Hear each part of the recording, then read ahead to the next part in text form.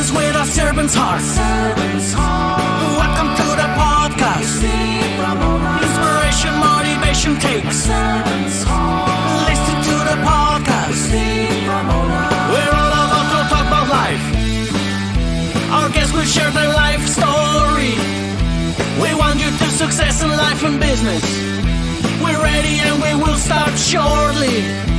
We're gonna talk about life. We're going to speak on business. You're gonna shine bright. We are going to witness. Business with a servant's heart. With hosts Steve, Ramona, and Ray. Inspiration, education talks. Listen to the podcast.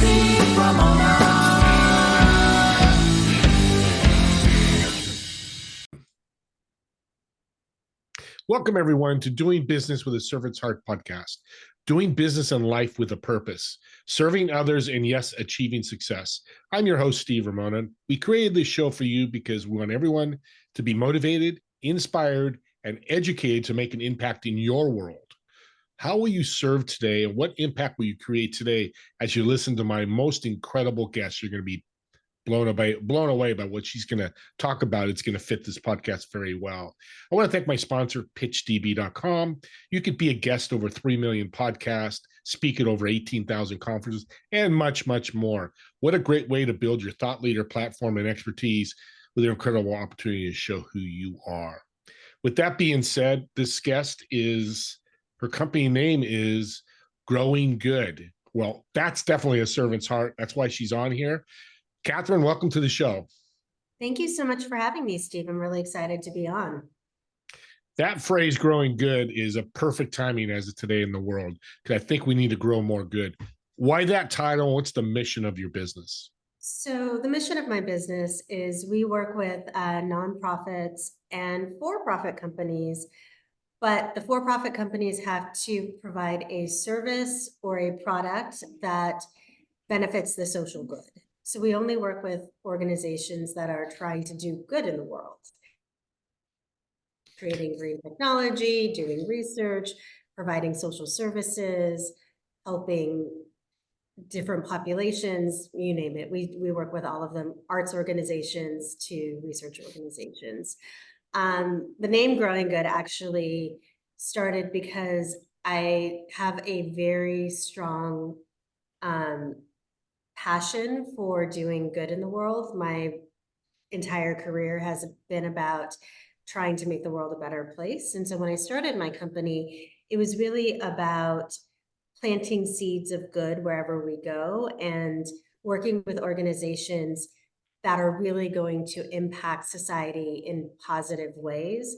And even if we don't get to see the results, it's the idea that we need to plant so that future generations can be better off than where we are today. Fantastic. I'll delve into planting seeds in a minute, but we hear social good out there in the media and people talk about it. Explain in your expertise what social good means so the audience understands.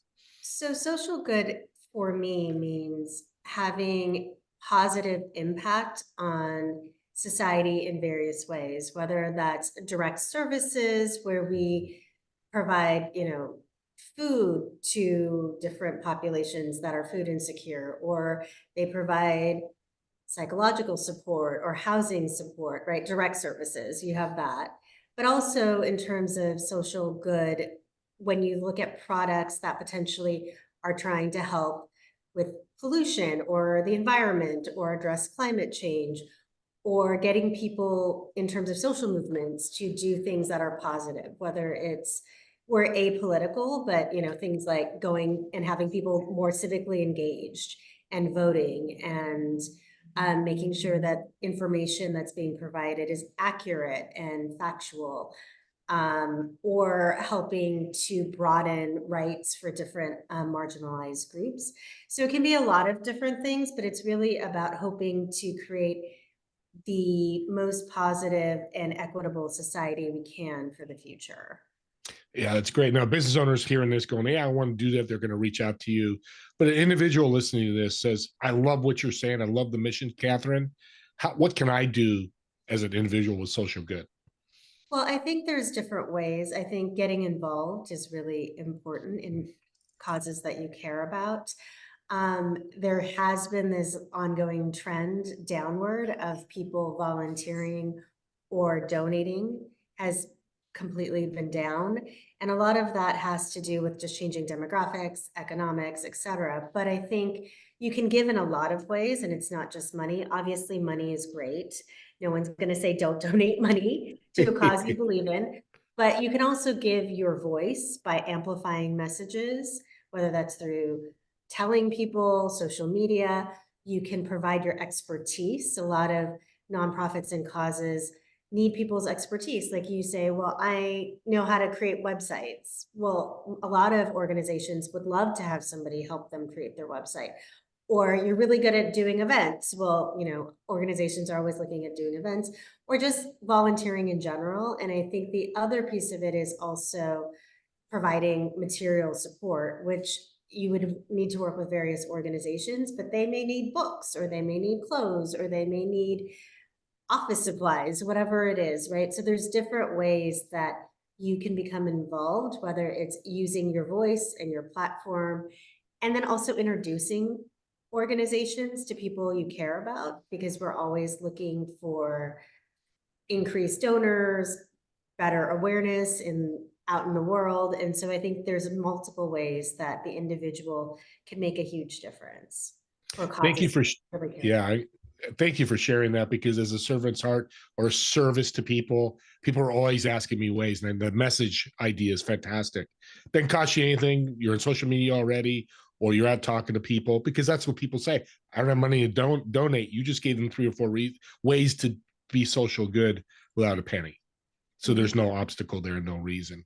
So take me through the journey. I'm a founder of a company. I want to do social good. I don't have that in place in my business. How does it work working with you?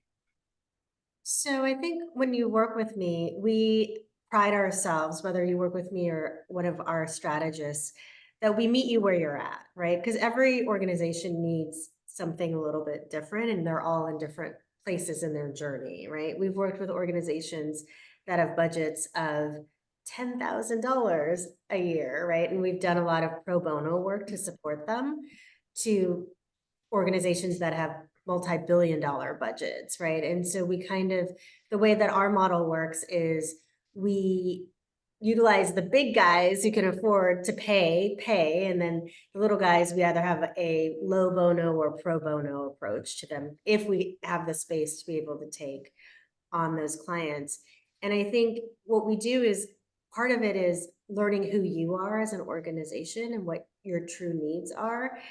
And I will be the first to tell you if I'm not the right person for you, because I don't think that that's what we do, is trying to help organizations become sustainable and scalable. And if what you need is very specific to your organization that we can't provide it, then I will help direct you in the right way to go and explore those options. But we do a lot around strategy, around operations, and how do you tie that to fundraising and revenue, right? To be able to raise money to become sustainable and scalable. So it's a very holistic approach. And sometimes it's dealing with people's brand awareness or their communications. Do they have a strong board? Do they have the right internal infrastructures to receive money? All of those questions. So we kind of look at an initial assessment. I think that's where the researcher comes in. And then from there, we develop a plan with the organization to get them where they want to go. A video case story of what you're talking about, which is why I love, is our church, Westgate Church in San Jose, Saratoga, is we collect water bottles, and we built thousands of wells in Africa using the money from the plastics. And they've been doing it, I think 12, 15 years. I forget the total number, but that's a perfect social good. I bring my bottles in, me and my family, and we know we're giving. Didn't cost us anything except going to church and dropping them off. And that could be any. So I love what you're doing. It really gets my heart pumping, because this is what we need to do more of. Like you said, there's less donations. One of the questions you gave me I thought was really interesting is, throughout your career, you've been able to work with very prominent people, where they would be world's most brilliant researchers, Nobel laureates, A-list celebrities, to billionaire entrepreneurs. What do you learn from these experiences, and what has it taught you about achieving success? Well, I think first, what it's taught me is people are people. It doesn't really matter their title. And people all have their eccentricities, their Mhm. quirks.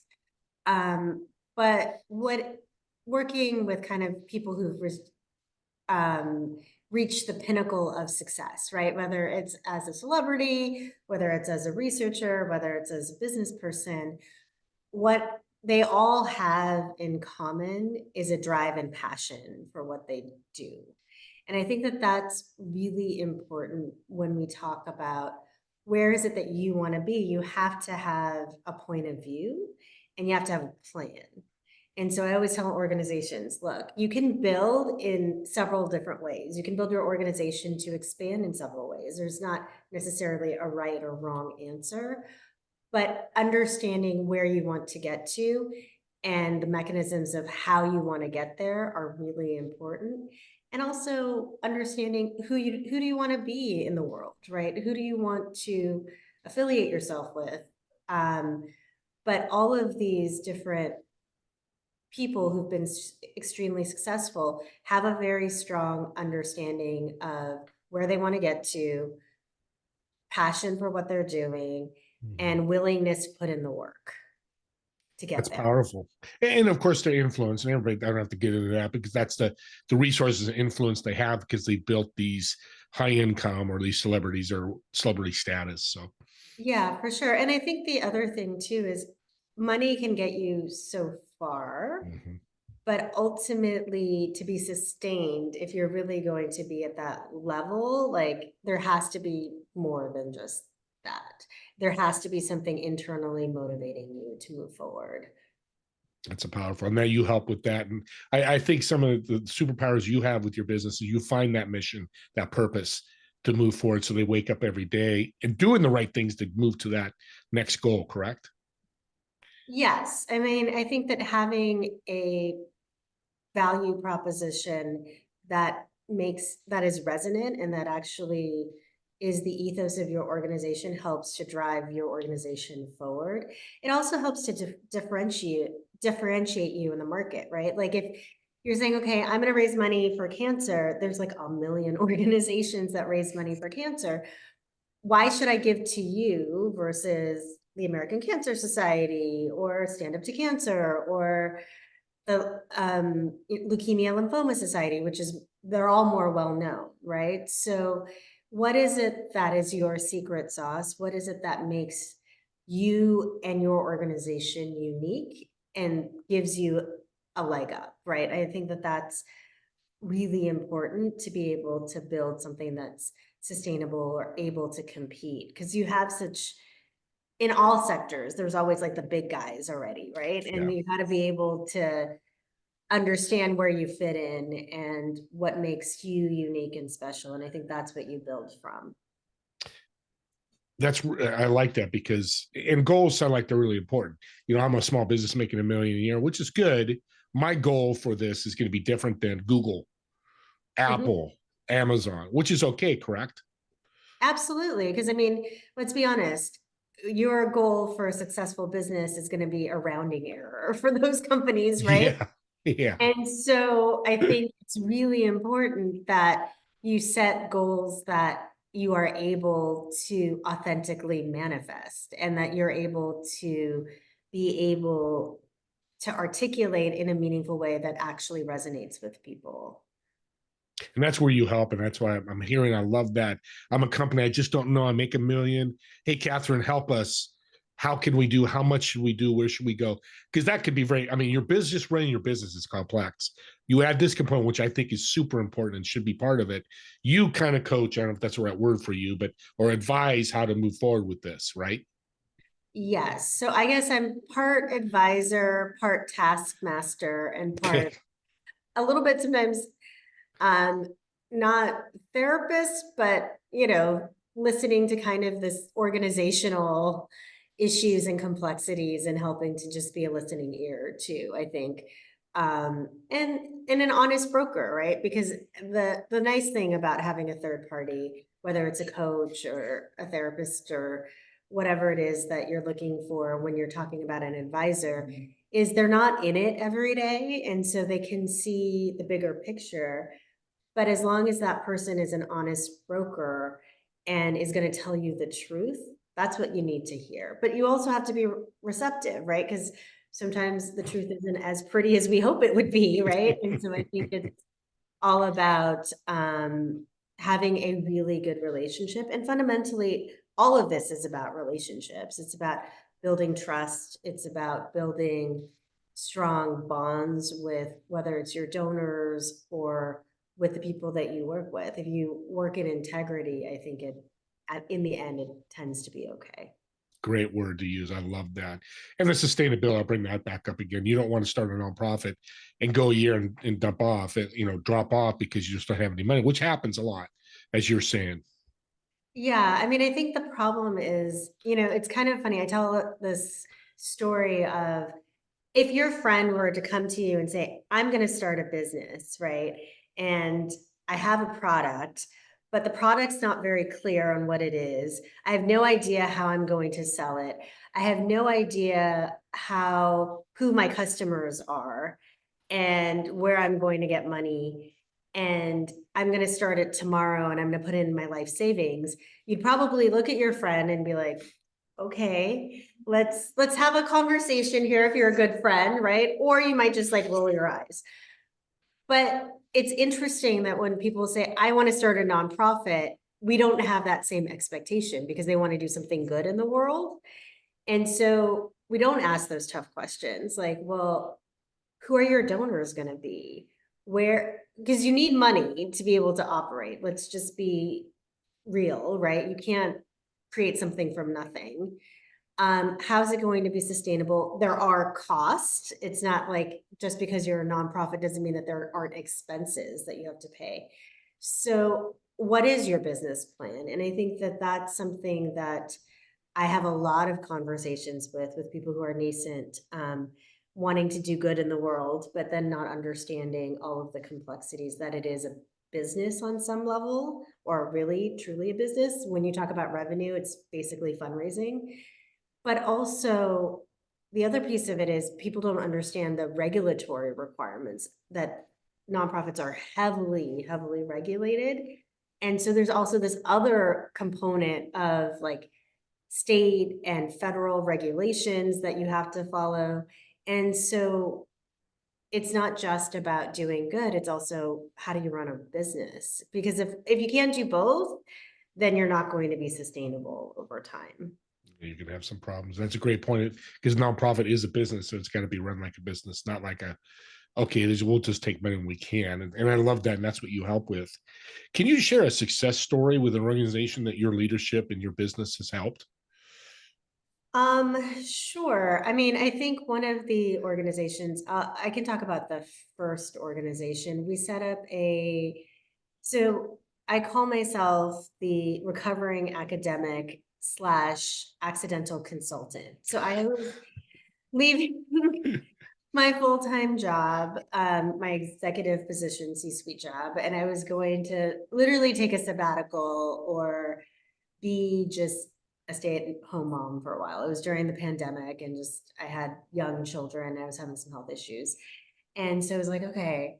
And a colleague from a partner organization I worked with at my previous position called me and he said, oh, we're starting a $500 million initiative between the United Kingdom and the US to fund cancer research.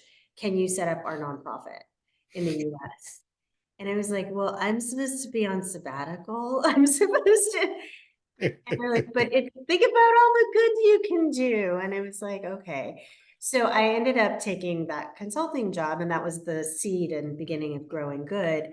But we were able to set it up. We just had, it's under Cancer Grand Challenges. The US fundraising arm that I set up was American Friends for Cancer Research.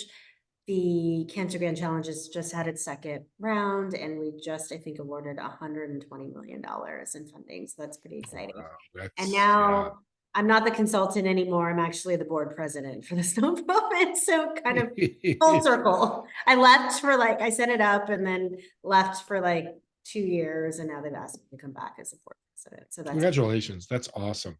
Yeah, sometimes when you're least expected, this stuff comes at you and you just almost have to say yes. You don't want to, but it sounds like it turned out well. Somebody's listening as a founder, CEO, C-suite, has a business. Where should they start? What's a piece of advice you'd give them to start a business or to to grow start this growing good? to start growing good. Well, I think we have to be in a place where equity and the belief that we should be doing good is in the design of everything we do, right? If you want to start growing good in your company or trying to work in the social good, people know if it's performative now. Like if you're just slapping on like, okay, yes, we're on this bandwagon, like we're going to do this for a CSR. When controversy happens, when things are difficult, then you bail, then people understand that this was not actually really the ethos of the company. And so if you truly are talking about wanting to do this, then it has to be included in everything you're doing, whether it's how you present your brand or what products you're creating, what your supply chain looks like, right? If you're saying, I want to be a corporate, socially responsible company, and your supply chain is hurting the environment and hurting people, that's probably not truly what you want to be doing, right? And I'm not saying that there's like a value judgment in terms of how people build their companies, but if you're going to do it, then it has to be at every step of the way for it to truly be successful, because otherwise then it becomes performative and it basically falls apart at some point when there's a controversy. So you bringing it in with the marketing, the HR, the sales, it's another component of that department, is probably the wrong word, of that business, and treat it that way. Yeah, it should be a pillar within your company, right? Like who Great you word. hire, how you treat your employees. I mean, all of those things build your company, but they also build your ethos and your organization. And so if you want to be an organization that's focusing on servant leadership, then it requires everybody to be a servant leader, right? Yeah. If you want to be inclusive, then you have to be inclusive. It doesn't work if you say it and then you don't do it, because then the people in your company don't believe it, and then it's harder to have other outside people to not believe in anything like that. So it really requires a dedication to actually doing that work. And it's not easy, but you have to have that dedication or it just doesn't work in the long run. And you're probably better off not stating all Yeah. of this. Falls apart is a great phrase. I like that. It's simple. It just everything falls apart, and that's understandable. We can imagine that. Run to the end here. I can't believe it. This went so fast, but I know why. Because when you just talk about good, it's always runs fast. There's a lot to talk about. But what's the misconceptions in the nonprofit doing good industry? I think the misconceptions are that only people who couldn't succeed in business go into nonprofit. I think I'm trying to change that narrative. I Mm-hmm. think that we should all be looking at how we can make the world a better place. There are so many huge social and political and environmental complex problems that we have to address, and we can't do it by having it be just about me, right? And I think that we're not going to get there. Like we're not going to solve the issues of climate or diseases or complex social issues by being divisive. We have to work together, whether we like it or not. And I think that requires the best people. And so I think understanding that there are amazing people who are doing really good work, and it wasn't because they couldn't do something else. Yeah, you're right. We got to focus on that in the media, but we won't go there. I want to thank you. This is a great movement. This is growing good is so powerful, and it fits the servant's heart. People are listening. They're probably going, I need to know more about this. How can they get a hold of you or your company? So I think the easiest way is to just go on our website, and it's growinggoodinc.com. So it's just basically no spaces, anything like that, just growinggoodinc.com. There's ways to contact me. You have my personal email on the website, so you can, I answer it. It's not some AI generated response. We still believe in people and relationships. And so I think that would be the best place to start. You can also find me on LinkedIn, and I'm always willing to have a conversation. It's always good to meet new people. So I'm always fantastic. Yeah, reach out if you want to do good. Reach out. I've got to introduce. I got more people to introduce that want to do this doing good. Let's do it together. And with this podcast, Cathryn gave you so many great tips, so much great advice. Use the forward reverse buttons on the podcast to grab some of this information and listen to it over and over again. Like gratitude, like a servant's heart, you need to practice it. Well, to learn, sometimes people need to hear it 3 or 4 times. I'm not a big fan of people go, oh, it's 26 minutes, your show with Cathryn, I want to listen to it. Well, then just skim through it and find the parts you want to listen to change your life. Me and Cathryn would love for you to watch the whole show or listen to the whole show, but if a 5-8 minute segment of this show makes a difference for you or somebody you know, we'd be extremely happy. Don't forget about my TV show, Together We Serve. It's Fridays at 2 p.m. Pacific, 5 p.m. Eastern, and doing business with a servant's heart. It's a message I want to get out even more past the podcast. So I've got t-shirts, hoodies, hats you can wear with that message and spread the word of doing good or growing good like Cathryn's doing today.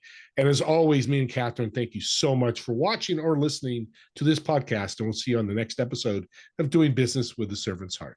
Thank you all.